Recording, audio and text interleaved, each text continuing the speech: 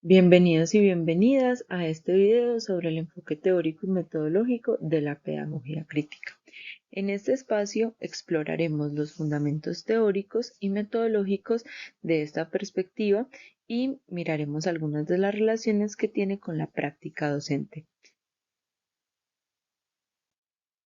Para iniciar con este trabajo es importante mencionar que la corriente de la pedagogía crítica ha tenido múltiples exponentes, entre los cuales resalto a Peter McLaren, quien ha desarrollado investigaciones abordando temas como la educación liberadora, la conciencia crítica, entre otras. Tenemos a gran pensador latinoamericano Paulo Freire, quien es uno de los grandes referentes de esta corriente pedagógica, con una obra la pedagogía del oprimido, la educación como la práctica de la libertad, entre otras, las cuales han posibilitado desarrollar mucho esa perspectiva educativa y enfatizar en la manera en la que la educación nos permite concienciar a los demás y llevarnos como hacia la liberación, hacia la emancipación. También tenemos a Henry Giroux, quien es un exponente de esta corriente que ha realizado algunas contribuciones en el campo de la educación crítica, ha abordado teorías como la cultura popular, la política educativa, la pedagogía de la resistencia. Y un cuarto exponente que quise resaltar en este video es Michael Apple, quien ha trabajado más temas como la sociología de la educación y ha investigado algunos temas en torno a la reproducción de desigualdades en la educación y la relación que existe entre la escuela y la sociedad. Entonces es con esta, digamos, introducción que voy a iniciar este video también sobre la pedagogía crítica, dado que es fundamental saber de dónde viene, cuáles son sus bases para poder avanzar en la comprensión de cómo se ha desarrollado esta corriente pedagógica. Entonces, em, Ramírez Bravo en un artículo nos indica cuáles son los supuestos de la pedagogía crítica. Entonces tenemos acá 6 supuestos. El primero de ellos es la comunicación horizontal, lo cual nos permite transformar la manera en la que establecemos la comunicación en el aula. Ya no vamos a partir de la verticalidad, de acá está arriba el maestro, abajo están los estudiantes, sino que vamos a propender por prácticas horizontales en las cuales establecemos relaciones entre pares al interior del aula. Asimismo, vamos a pasar a la significación de los imaginarios, que tiene que ver con el reconocimiento de esos elementos que hay en el entorno. También tenemos la contextualización del proceso educativo. Nosotras y nosotros somos sujetos históricos, sujetos sociales, productos de una historia y por lo tanto esos procesos educativos deben estar inmersos en esas prácticas específicas, no pueden partir de abstractos, sino de realidades concretas. Por lo tanto, también vamos a propender por una transformación de la realidad social. Es decir, la escuela no puede ser solo un elemento teórico, no puede ser una guardería, mucho menos, sino que debe ser un espacio en el cual estemos todo el tiempo reflexionando sobre las situaciones que hay en el entorno, en la comunidad, y de esa manera podamos transformar esa realidad desde la escuela.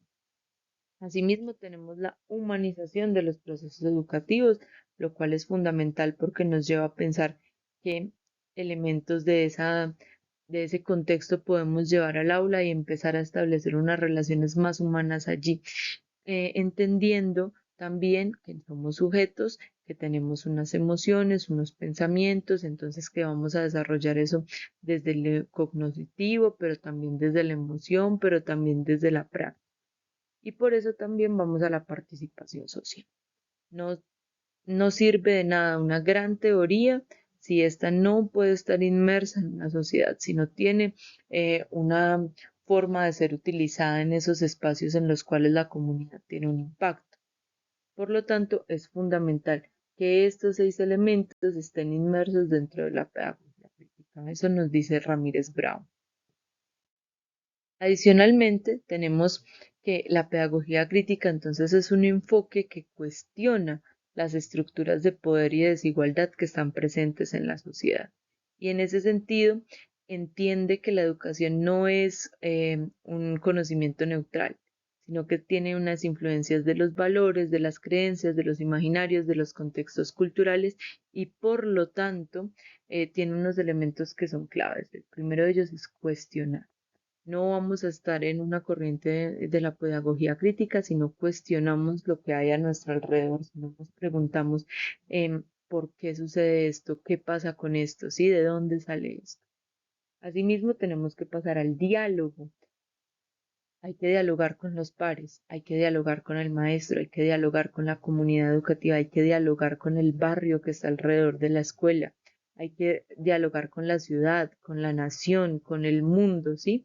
Esos diálogos deben ser constantes, deben ser permanentes y deben posibilitar establecer nuevas perspectivas, nuevos puntos de vista frente a las cosas. Asimismo, vamos a pasar a la participación. ¿Sí?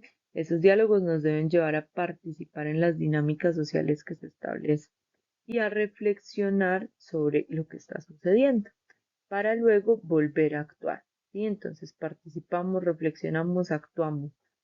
Esa actuación no puede ser una actuación impulsiva, no puede ser una actuación que surja de manera no planeada, sino que debe ser reflexionada, porque además debe estar orientada hacia la transformación. ¿Y cómo vamos a transformar algo? Primero que todo, conociéndolo y planteando soluciones que nos permitan emancipar. Y estos elementos se construyen en un círculo, no es que vaya primero voy a emancipar y otro día voy a participar, sino que debe ser algo constante, permanente. Toda actuación implica una reflexión, toda transformación nos lleva nuevamente a cuestionarnos, todo diálogo nos puede llevar entonces a la actuación. Entonces están completamente interrelacionados. Una vez revisados estos elementos teóricos entonces de la pedagogía crítica, me pregunto desde la experiencia docente como docente de lengua castellana, ¿qué podría llevar de esta corriente pedagógica al aula o qué he llevado al aula? Y encuentro allí el tema de la argumentación planteado por Óscar Eugenio Tamayo y otros que nos plantean cómo se desarrolla el pensamiento crítico a través del desarrollo de esa argumentación. Entonces, considero que la construcción de argumentos en las aulas, la enseñanza a esa lectura más allá de lo literal, una lectura inferencial, una lectura que nos permita eh, ver de manera crítica el entorno, nos lleva entonces a entablar algunos elementos de esta pedagogía crítica, dado que estamos enfocando la práctica hacia la transformación.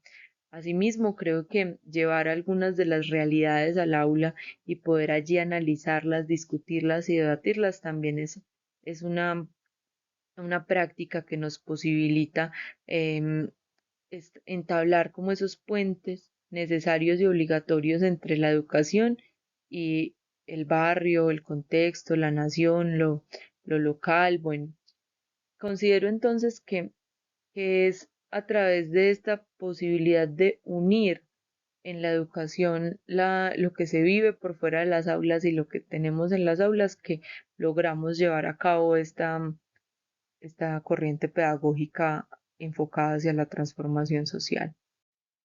Por eso, para concluir, considero que si queremos poner a la educación en el centro y darle realmente ese valor transformador que tiene, debemos enfocarnos entonces en no mantenerla aislada de la realidad social, sino vincularla a ella, llevar esos problemas que tenemos en la sociedad, analizarlos en el aula, poder profundizar a través de la argumentación en esos conflictos que aparecen en las comunidades con el fin de llegar al análisis y a la transformación real de esa sociedad que tenemos. Finalmente, acá les presento algunas de las referencias bibliográficas que utilicé en este video y les agradezco mucho por haberlo escuchado. Hasta luego.